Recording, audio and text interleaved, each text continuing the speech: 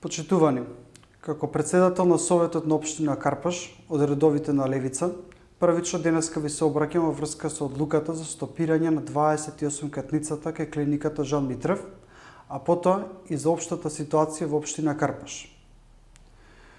Оваа одлука ги задолжува градоначалникот и администрацијата да стопираат со издавање градежни дозволи и изработка на елаборат за суспензија на ДУП-от. Крајна цел на овие чекори е за да конечна ревизија на истиот. Оваа одлука го таргетира специфично просторот каде што е планирана 28 катницата, или поточно блок 08 од ДУП З05. Одлуката беше изгласана со 12 гласа за на 18 август 2022 година. Само по себе представува огромен чекор напред, но и преседан во општина Карпаш за сузбивање на урбанистичката мафија. Од тука сум крајно изненаден од градоначалникот кој што изјавуваше дека исто така е против оваа висококатница на таа локација, што не ја поддржа одлуката преку своите советници во Советот. Исто така ја користи администрацијата да спречи оваа одлука да стапи на сила.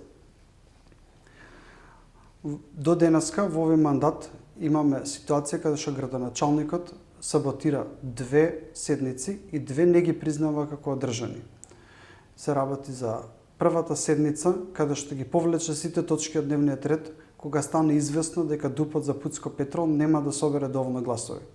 Моментот кога ги собра гласовите, одржа вонредна седница и се изгласа истиот. Вториот наврат беше во јули, каде што исто така се саботираше седницата преку повлекување на точките од дневниот ред. На оваа седница беше планирано да се изгласа истава одлука која што беше изгласана сега на 28 август.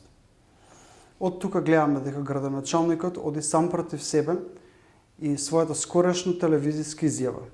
Големата слика уште позагрижувачка, со тоа што имаме градоначалник кој што сам одлучува кога ќе има седница, дали ќе се одржи воопшто и дали ќе ја признае истата.